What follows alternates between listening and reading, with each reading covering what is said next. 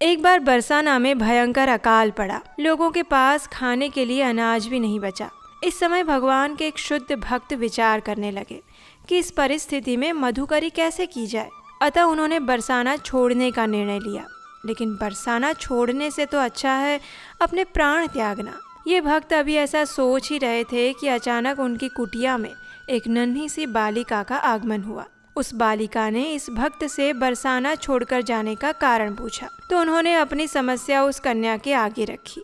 उस कन्या ने हंसते हुए कहा, अरे बाबा, बस इतनी सी बात। मैं बनखंडी सेठ की पुत्री हूँ। आप अभी मेरे घर चलिए। वहाँ रसोई घर के आले में आपके लिए कुछ रोटियाँ रखी है। आप जाकर वो ले लीजिए। इतना कहकर वह कन्या वहाँ से चली गई। ये भक्त अब थोड़े से असमंजस में तो थे, परंतु जैसे ही उस कन्या ने कहा था तो वे उसके घर चले गए। वहाँ जाकर भिक्षा मांगने लगे। जब बनखंडी सेठ बाहर आए तो इस भक्त ने कहा, सेठ जी, आपकी पुत्री ने बताया है कि आपके रसोई घर के आले में कुछ रोटियां रखी है। क्या आप मुझे वो भिक्षा दे सकते हैं? इस भक्त की बात सुनकर बनखंडी सेठ को कुछ समझ नहीं आया। उन्होंने रसोई घर में जाकर देखा तो उनके होश उड़ गए। वहाँ सचमुच एक आले में बहुत सी रोटियां रखी हुई थी। सेठ ने वे रोटियां लाकर इस भक्त को दे दी और साथ ही साथ उन्हें ये भी बताया कि उनकी पुत्री कोई छोटी सी कन्या नहीं थी, बल्कि विवाहिता थी और बरसाने में भी नहीं रहती थी।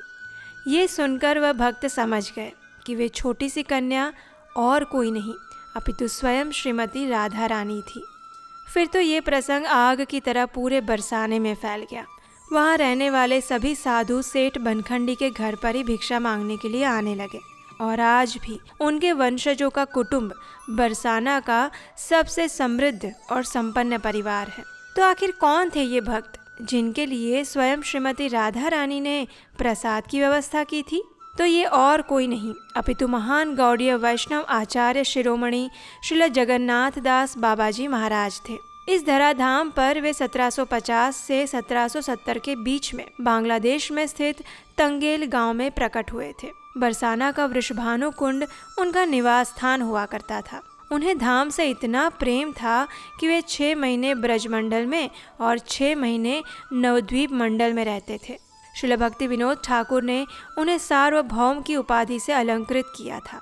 कहते हैं कि अपने समय में वे सबसे रसिक वैष्णवों में से एक थे। हरिनाम में उनकी रुचि इस तथ्य से उजागर होती है कि वे 3 दिन और 3 रातों तक बिना कुछ खाए पिए और बिना सोए निरंतर हरिनाम लिया करते थे। इसके अतिरिक्त वे प्रतिदिन 1108 दंडवत प्रणाम भी करते थे।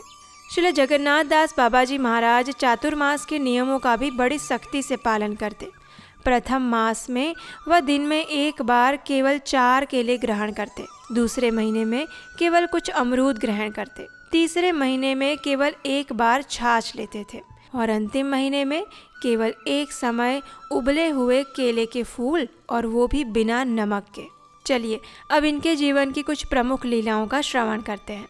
श्री जगन्नाथ दास बाबाजी महाराज अपनी भक्ति के कारण दूर दूर तक जाने जाते थे। अब एक समय क्या हुआ कि श्रीनाथ रॉय नामक एक बड़ा व्यापारी उनके द्वार पर आया और उनसे कोई अलौकिक चमत्कार दिखाने का आग्रह करने लगा। बाबाजी महाराज ने कहा कि हरे कृष्ण महामंत्र के अतिरिक्त इस जगत में और कोई चमत्कार नहीं है, लेकिन व्यापारी था कि हठ ही कर रहा था। तभी अचानक बाबाजी महाराज ने पास रखी हुई एक छड़ी उठाई और जोर जोर से उसे भूमि पर पटकने लगे।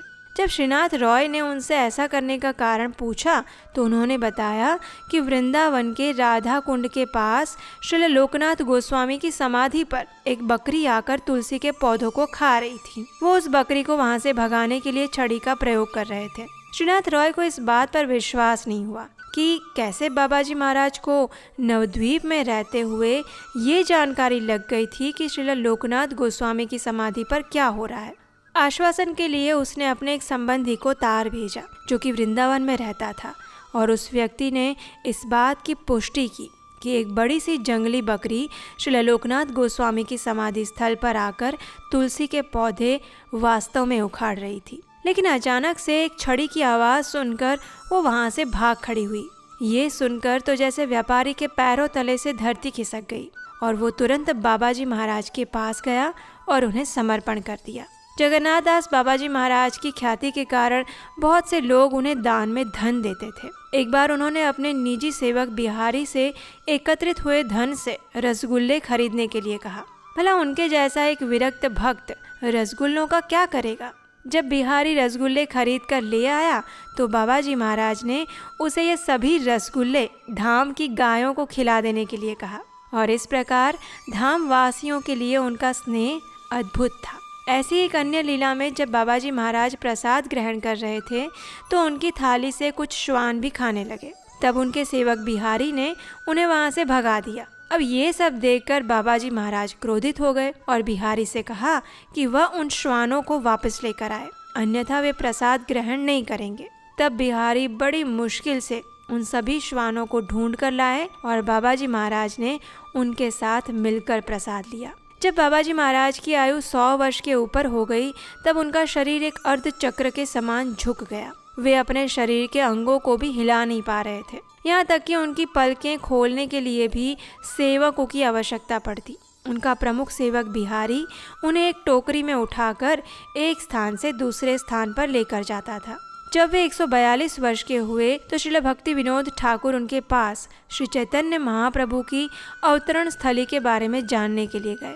वास्तव में श्रील भक्ति विनोद ठाकुर ने बंगाल सरकार से बहुत सारे मानचित्र प्राप्त किए थे और उनकी सहायता से उन्होंने एक स्थल की खोज की थी जहाँ पर बहुत सारे तुलसी के पेड़ लगे हुए थे। लेकिन इस स्थल को प्रमाणित करने के लिए उन्हें श्रील जगन्नाथ दास बाबाजी महाराज की सहायता की आवश्यकता थी। जब बिहारी बाबाजी महाराज को उस स्थान पर लेकर आया तो अचानक से 142 वर्षीय बाबाजी महाराज अपनी टोकरी में से उछलकर खड़े हो गए और पूरी शक्ति से भाव विभोर होकर हरिनाम का नृत्य करने लगे। और ये देखकर श्रील भक्ति विनोद ठाकुर समझ गए कि ये श्री चैतन्य महाप्रभु की जन्मस्थली ही है।